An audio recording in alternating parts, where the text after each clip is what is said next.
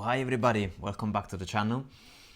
In this video I wanted to show you a quick battle report of the first game that we had from the English division between Hyper-G from the Proxy Table Gaming channel playing with the Beastards versus Remy from the Agonas channel playing with the Dwarven Olds. So you might have seen the previous video where I was detailing the patrols. You can post this one if you want to see the details about the Beastards patrol, but we had a Soothsayer, 15 Mongrels, 15 Wild Dawns and 3 Minors. And on the other side, the Dawn Olds have 1 Thane, 10 Clan Marksmen, 10 Greybeards and 2 Hold Guardians. Crucially, no magic, which is a big issue, I would say, in the game. However, that Thane is a monster and it's almost as worth 1 unit on its own, so it's balanced in a way. So let's have a look at the battlefield. We rolled the map where we have 2 hindering terrain in the north and then 1 impassable to the southwest and 1 large hill in the deployment zone to the right. Hyper-G chose to go first and chose to go to the right side, and he put the Soothsayer inside the unit of Wild Dawns, and you can see the Minors in the north, the Wild Dawns in the middle and the Mongrels on the hill, to which Remy replied with the Hold Guardians in front of the Minotaurs in the north, then the Greybeard to hold the center and the Marksmen between the Greybeard and the impassable terrain, and the Thane going solo at the very south. Now in the first turn, we have 4 turns for this game. Hyper-G starts with the beginning of the first, and no charge, of course, because they're too far away. And then in the movement phase, the Minotaurs march through the hindering terrain, but they pass the dangerous terrain test. And then the other 2 units of Wild Dawns and Mongrels also advance forwards. You can see that they're coming closer to the dwarves. Magic phase, 5 dice versus 4, and Hyper-G manages to cast Healing Waters on the Wild Dawns, and also a Master of Earth to try and put some damage on the Hold Guardians, but Remy doesn't want to let that through the armor. That ends the magic phase and also the turn, because there's no shooting at that range of distance. The Wild Dawns have throwing weapons, but they're only 8-inch distance, so there's no target. In the first turn for the Dwarven Olds, there's no charges, and when it comes to movement, there's not much going on in terms of movement either, really. You can see that the Thane to the south zooms and moves past the impassable terrain. In the shooting phase, the Clan Marksmen shoot at the Minotaurs, and they manage to put a wound on one of those Minors. And then there's no magic, so the first turn for the Dawn Olds ends. Turn 2 for the Beastards, charge phase. The Minors declare a charge against the Hold Guardians, but they fail.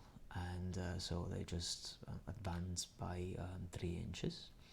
In the movement phase, you see some minor shuffling with the 2 other units, which are well inside the victory zone of 6 inches. And then in the magic phase, it's 5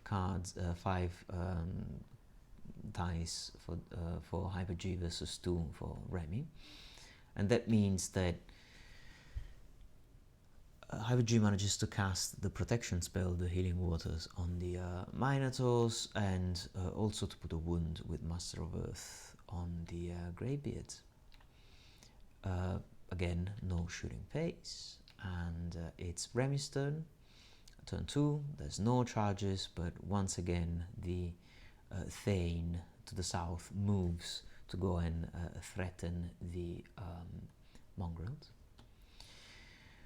As you can see here, it's getting ready into the flank of the mongrels, ready to mess with their plants. No movement to speak of with the remaining units. And in the shooting phase, the marksmen shoot again at the Minotaurs, and despite the healing waters that Hyperg cast, kills an entire Minotaur, forces a panic test. The Minotaurs fail the panic test, roll very high, flee away from the clan marksmen, and get out of the battlefield. And crazy marksmen that just won the matchup against the Minotaurs. Good stuff.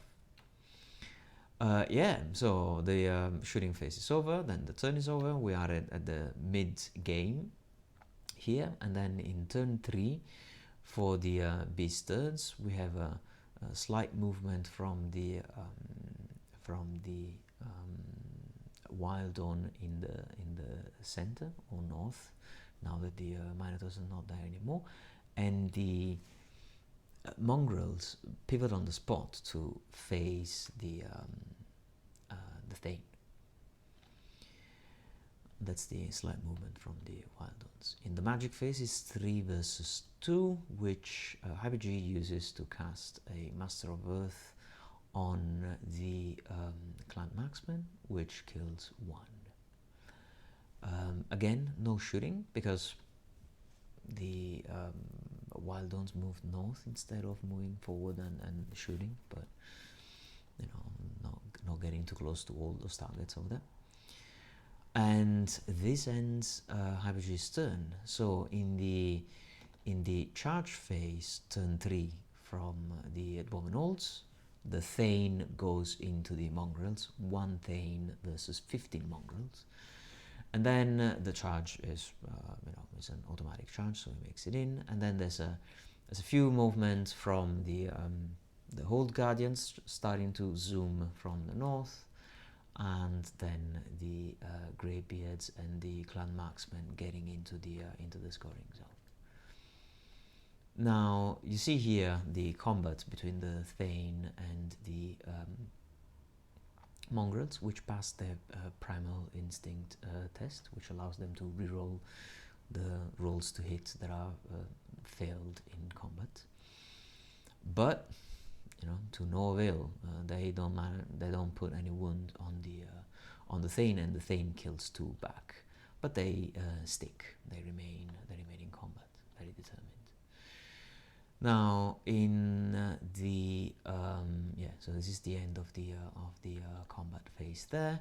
In the charge phase, for the last turn of the beast turns, the Wildhorns charge the marksman. It's a very good call here. They avoid getting into a tough fight with the Greybeards and charge past them, because the Greybeards don't have line of sight. As you can see, they are past the 45 degrees line. Magic phase is one with the strongest cards, but in any case, the Soothsayer cannot cast the damage spell because it's in combat. And here you see the combat between Soothsayer and Wildhorns against the Clan Marksmen. And the combat is very strange. The Clan Marksmen are very tough, and the same happens in the other combat with the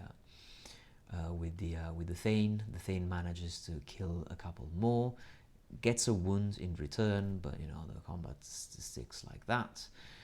And and in the combat with the Wildhorn, the Clan Marksmen just save everything, double sixes. They won't budge really, and they kill 2 beasts in return. So in the end, the combat is a push.